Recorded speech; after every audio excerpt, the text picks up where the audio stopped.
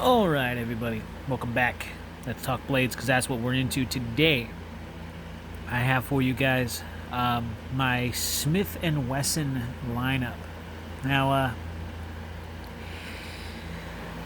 as a blade collector, sometimes you don't always have the money to buy the really expensive knives. But every now and again you come across a company that's known for making their signature things like, I don't know, guns. And they go off in their own little spectrum to try something like making blades. And is that a bad thing? No, I don't think it's a bad thing if they do it right. So Smith and Wesson is one of those companies. And I can tell you right now that Smith and Wesson is known for making good firearms, but they make some pretty decent knives too. And I can say that I know Winchester, they make knives too. Remington also makes knives. I think I might even have a Remington knife. I can't remember. And then there's another gun company that's starting knives. I can't remember the name, but if I ever come across it, you guys will know. But the ones that I know that I have is Smith and Wesson. They're cheap, they're affordable, and they're interesting. They keep them interesting. Now this, and this are all assisted knives. This one is the only manual one. It is the biggest knife of my collection and the most recent purchase from Big Five. And yes, I got all of these from Big Five at one point in time. I don't know if they're being sold anymore at any Big Five, but if you come across them, they are a joy to have, especially this one.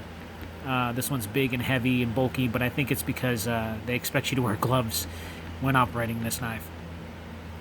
Otherwise, all these knives are great. So let's get into it. Let's talk blades. That's what we're into. So, yes, I still have my injury. That's okay. It was my dumb butt that did it, but it's not a huge deal. So this thing is heavy. It's big, and it's cheap. I got this at Big Five, and I think I paid, I think it was under 20 bucks for this thing. I think it was like 15. Huge blade. I think that's like maybe a little over 4 inches on the blade. And then you got this like seatbelt cutter right here. You can kind of see it. Glass breaker with the lanyard hole through the glass breaker. I don't know how good that is. And then of course you got the choils here. Kind of just fits. Everything fits. It's just big, it's blocky, it's bulky, it's heavy. And why not? They call this one the border guard. And it has textured in here, kind of like a skateboard texturing, or like a gravel texturing in there. It's really pleasantly annoying. So there's that. And then of course we have these assisted knives. So I'm gonna go down the line here. I should probably do it like this. Now, this one is really light. It's big, but it's really light. It's got that skateboard kind of grip tape on the sides panels here. You cannot switch the pocket clip. It needs to be held carried in this way. And it's got a little safety switch right here. You just switch it down. Red is dead. And then you push on this little tab right here. And open comes the knife.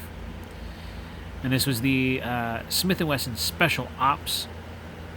Now the blade steels on these are, 4034 blade steel.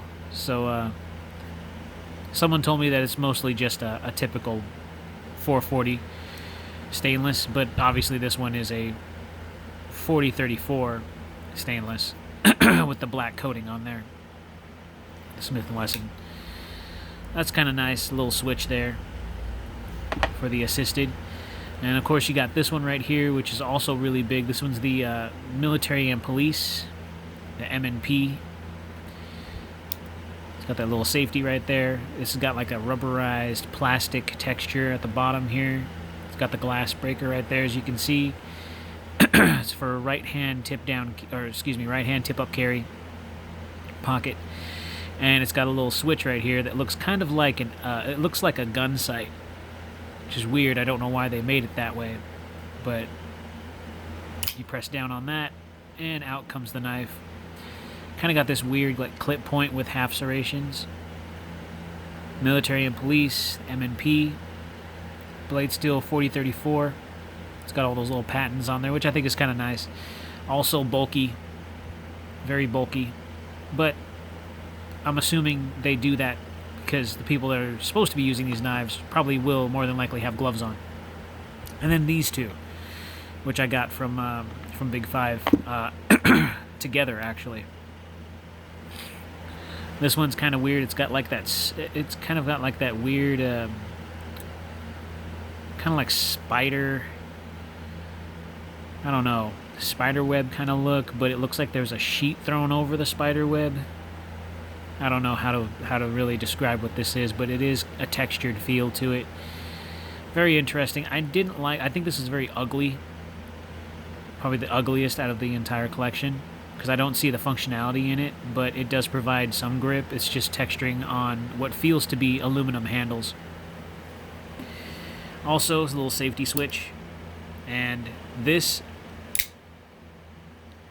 and you got the Tonto tip. Smith and Wesson Black Ops, and 4034 steel. And this one is probably the one that I like the most out of all of them, because it has a very interesting way how this goes away. It kind of just tucks in there completely. So the same, concept of there being some weird texturized grip on this handle. Click it down. You can barely see the red dot in there. And if you saw that, that tucks away completely. So that little assisted lever switch tucks away completely. I like that. They need to make more knives that do that, where it goes away. And I know a lot of times, usually the little flipper tab kind of serves as like a finger choil, like a stop, so that way your hand doesn't go over, which is nice. But if they can make more knives that have the tuck away switch when you're using an assisted knife, that would be fantastic. I would love that in so many knives. It would be great. This one's also the Smith and Wesson Black Ops, but this one's a different model. There we go, if you don't want to look that up. And 4034 steel. Also metal handle scales. I'm pretty sure they are aluminum. And you got the steel liners. They're great. I haven't used any of these knives for anything. I literally have not carried any of them except for maybe this one right here, and I barely used it for cutting. Super sharp, super good, super great. I really like, I love how the switch just disappears into the handle. I like that, so that way it's all grip at that point. You can put it in your hand and use it, and then when you're ready to put it away, then it comes back up and it's there for your use if you need it. I like that. I really do like that. That's neat. That's really neat. So I can't remember how much I spent on these. I want to say this one was 40. Like I said, this one was 15. This one was 40. Yeah, these two were 40. And then these two were cheaper. I think they were probably about $10 cheaper, so 25 to 30 for these two. Yes, they're all Big Five. I remember getting this from Big Five and then getting this one on a separate date. They sold out because I wanted to buy another one of these for a friend. I just couldn't do it. They didn't have any more. These two I bought when they were marked down and they were sold out. And then this one I bought just recently because I think I bought it sometime last year or the year before. It was my most recent Smith and Wesson. All great. If you don't, I mean, they're kind of crap steel, to be honest with you. 4034, all right. So is that like a 440 stainless? Maybe a step up from 440 stainless? I'm not entirely sure. I've heard from people that do have these knives, they say that the steel is literally just not that great as far as edge retention. So these are just mainly collector for me. But I wouldn't mind using them. I just don't really carry them because of how bulky they are and how heavy they can be. They're just good to have in the collection. I might get rid of them, I might not. Just depends on how I feel. So, I don't know. Look them up if you want to. These two are pretty heavy. And these three are probably the lightest. So, let's go into specs. Why not? We're already here. We're already doing this thing. So let's go ahead and complete it, right? So,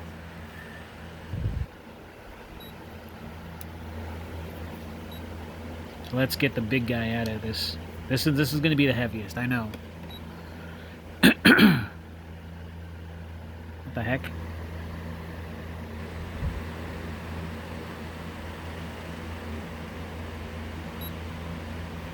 I probably hit the T by accident.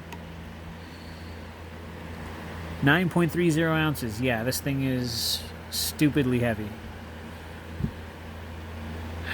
Alright. Let's take a look at this one. I'll lock it just to be safe. 5.88 ounces. So yeah, for aluminum handles, why not? Oh, I want to cut myself again, right?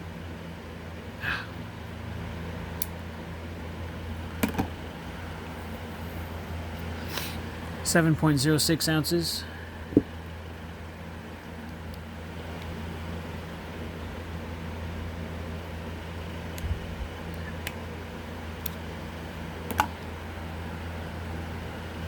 .5 ounces. That's probably why I carried this one a lot, because it's, around about 5 ounces.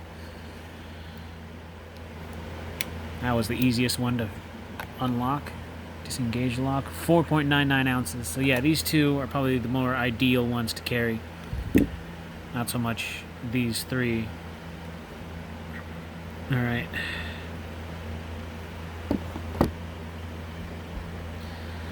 As far as length, I know this one's probably the longest, but we can test that theory out real quick, why not?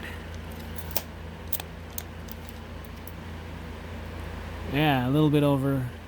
So 4 3/8 inches on the blade, with a total of 9 3/4 inches altogether. Humongous. Humongous knife. And then of course there's this one.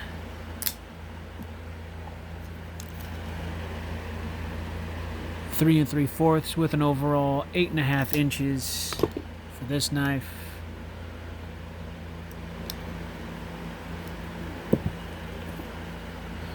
And for these little guys,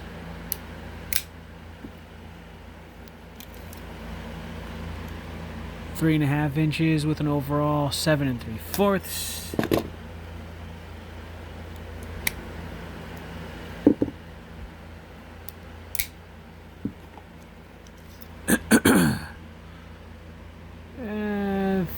And 3 3/8 with an overall 7.5.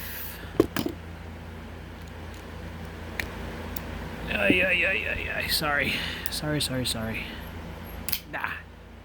Yeah, I don't like that. They couldn't just use a regular freaking flipper. They had to use one that looks like a sight. Come on now. 3.5 with an overall 8.5 inches. So, yeah. Like I said, it's up to you guys whether or not it's for you or not for you, but these are good budget knives when it comes to assisted and military or police quality that you just don't want to break the bank. These are alright. You can still find them, I'm sure.